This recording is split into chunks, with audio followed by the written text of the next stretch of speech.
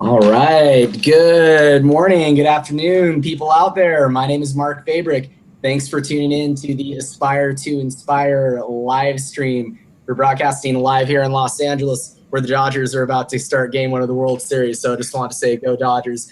We have a very, very special guest with us today, one of the absolute pioneers of dubstep and drum and bass. Rusko, make some noise, everyone. Say hello, Chris. Hey, what's going on, everybody? Good to be here, man. Thanks for having me. Appreciate it, Chris. Thanks for taking the time out. So, of course, viewers out there, if you want to hear more of your favorite artists sharing their personal and professional challenges that they've had to overcome, hit the subscribe link in the description below. And hopefully we're going to be able to open this up for some fan questions, too, at the very end for Chris. But without further ado, I'm going to let him take it away. As you guys may know, Chris was unfortunately diagnosed with cancer early in the year. So, Chris, tell us a little bit about that. How did that happen? It's true. I was actually in the US. I was playing a bunch of shows and had some studio time out there. And I ended up going to the ER in Orange County because I spent maybe 4 or 5 days without being able to eat or drink anything. I was like so sick, and like I was having the worst stomach cramps and pains, and it was like worse than just a bug. I figured it was just a bug when I got there, so I was toughing it out. I was doing the shows, I was trying to get through it, and then when I stopped being able to eat or drink and everything just got real bad, I ended up in the ER because I was like totally weak and fainting and stuff. So yeah, we pretty much just thought I caught some like really bad bug, and they wanted to give me a scan in the CAT scan machine in the hospital there, to check that it wasn't kidney stones. So that's all I knew, that it was possibly going to be kidney stones. That was like worst case scenario. So I went for the scan. I went through the machine, and this dude just like totally casually came, sat down next to the bed, and was like, "So we found a bunch of cancer. We want to get it biopsied. We want to get this. We want to do this." Just like dropped it like it was nothing.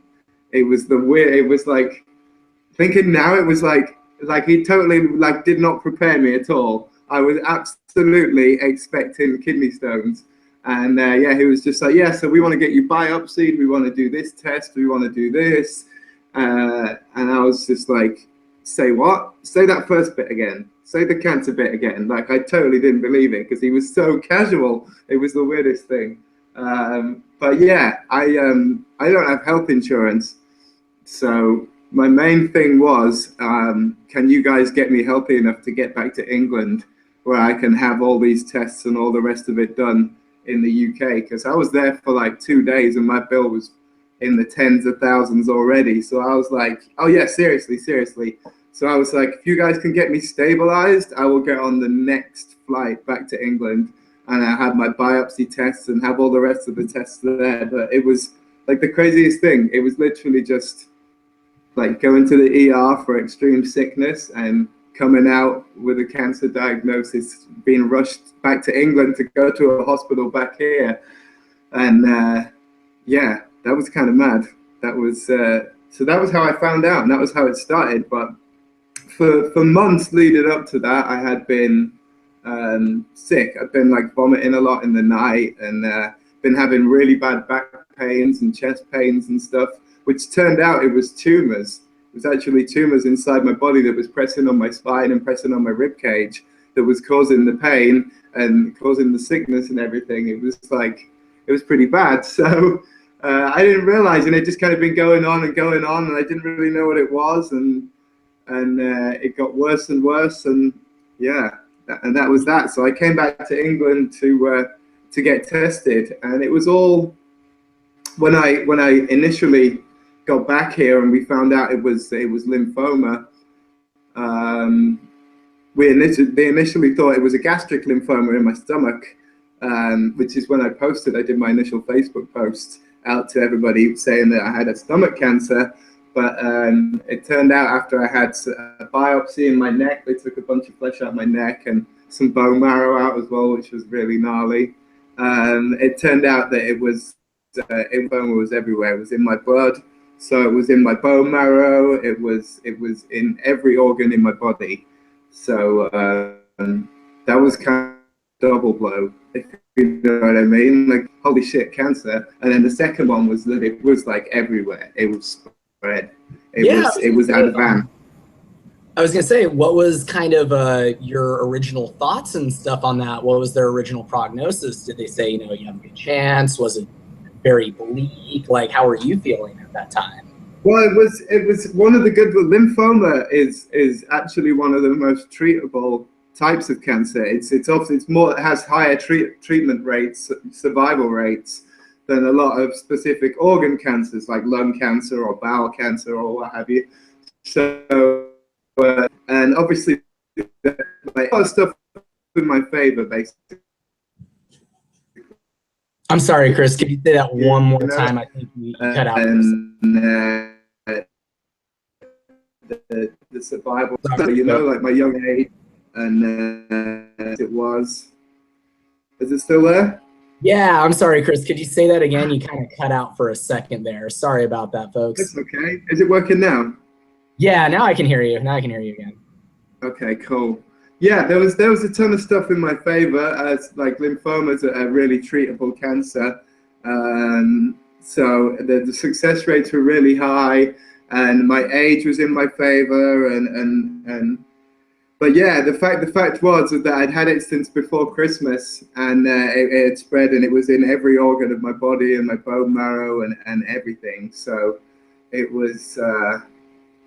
Yeah, it was really scary. It was really scary, but I knew that the statistics don't lie. You know, the survival rate was it was more likely that I was going to survive with treatment than not survive. But you know, there's still percentages. You know, there's still 25% of people that don't make it with the treatment and things like that. So it's still really scary, but you focus on the positives. You know, so that was mainly, everybody was just, you know, you're young, you got this. You got the chance to take a couple months out of life and out of your school and stuff. Can't just take 2 months off from their job, you know, like in an office or something like that. They couldn't do that. So I was in a fortunate position, and I just kind of focused on that really to begin with. But it was totally a double blow to know that it was.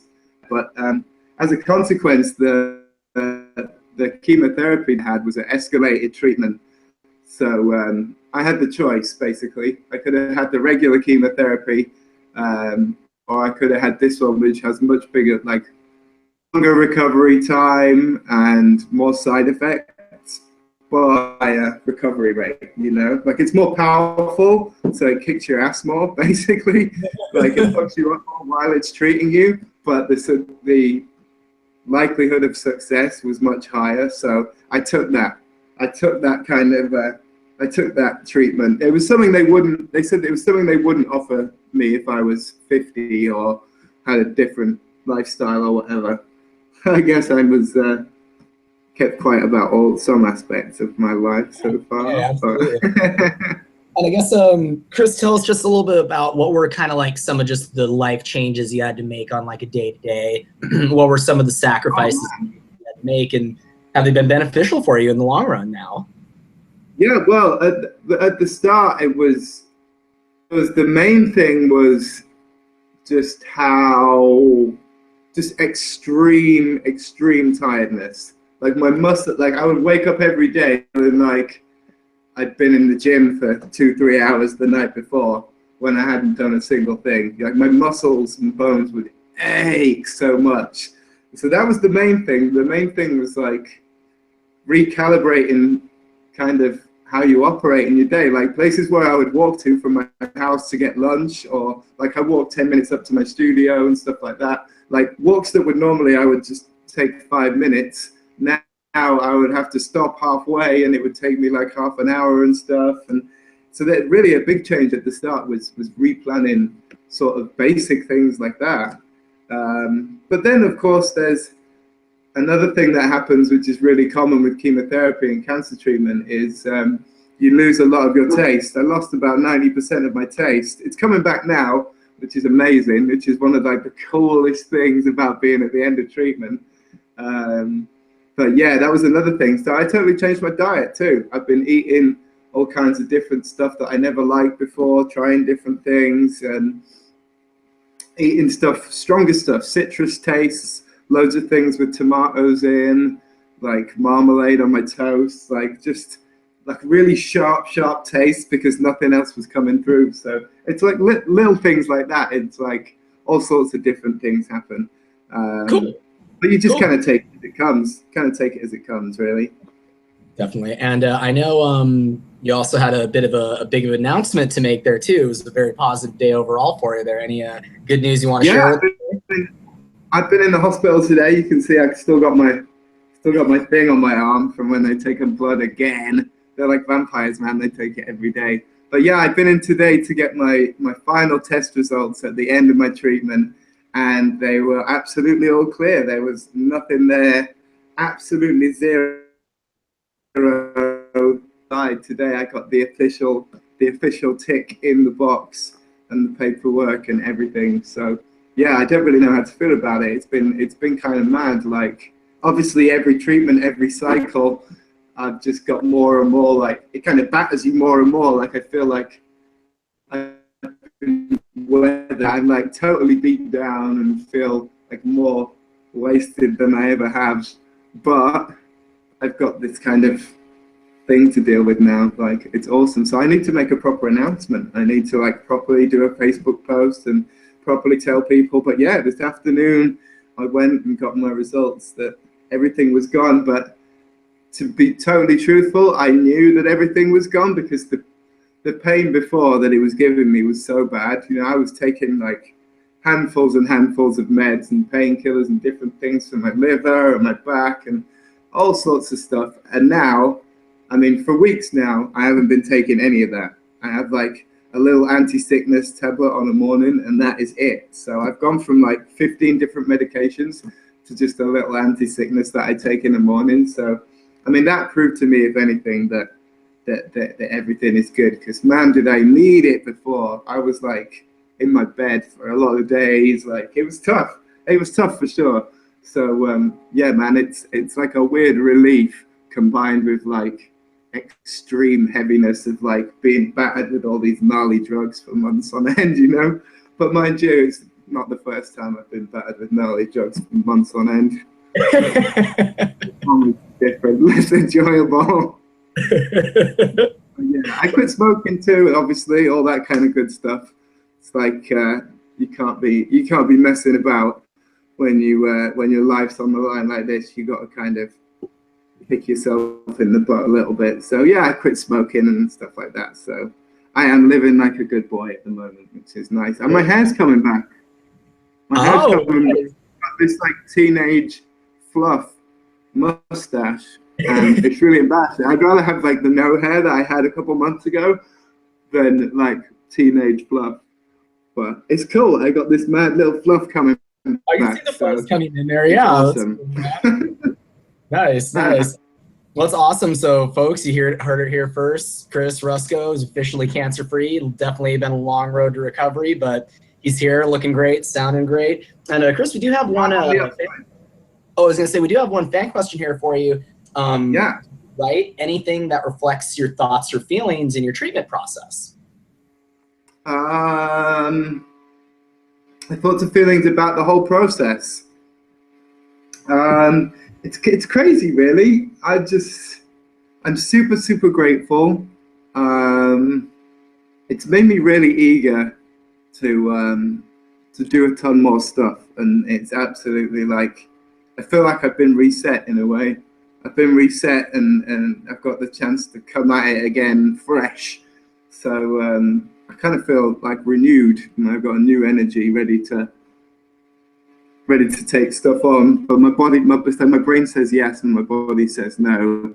But overall treatment, before treatment started, that a couple of weeks in, I'm sorry, I was Chris. grateful every time they put the needle in. There we go. Back on? Yeah. Could you say that again there, Chris? Out again. Oh yeah, no, I was just saying I was in so much pain at the start before the treatment that I was even a couple of weeks in, I was grateful every time they put the needle in and they hooked me up to the machine and stuff. Like I was grateful because every single week I could feel that it was doing good. So as gnarly as it was and as sick as it made me, I could feel week in week that it was good. So I was just super grateful. I was super grateful the whole time. I have been, like, so yeah, I'm definitely going to have to play a couple gigs for the nurses and the Cancer Trust here and everything in the UK. So yeah, that's definitely going to be happening. There you go, private set for all those people. Well, Chris, thank you so much for giving us your time here, giving us a great interview. You're an absolute inspiration to all of us. We really appreciate you taking the time out to share your story. And folks, yeah, he's going to be back. Rusko, look out, guys. I feel like 2018 might be a big year once this guy gets back on his feet. So again, Chris, I know, right? And again, folks, if you want to hear more inspiring stories like these, make sure to hit subscribe in the description below. We're going to send you off, Chris. You have a great rest of your day, great holiday season coming up and everything too. And hopefully we'll be seeing you on the road here in the States soon. Sweet, man. Thank you. All right, folks. This is Mark Fabrick signing off. Thanks for joining us, Rusko. Have a great one, everyone. Bye. Cheers, dude.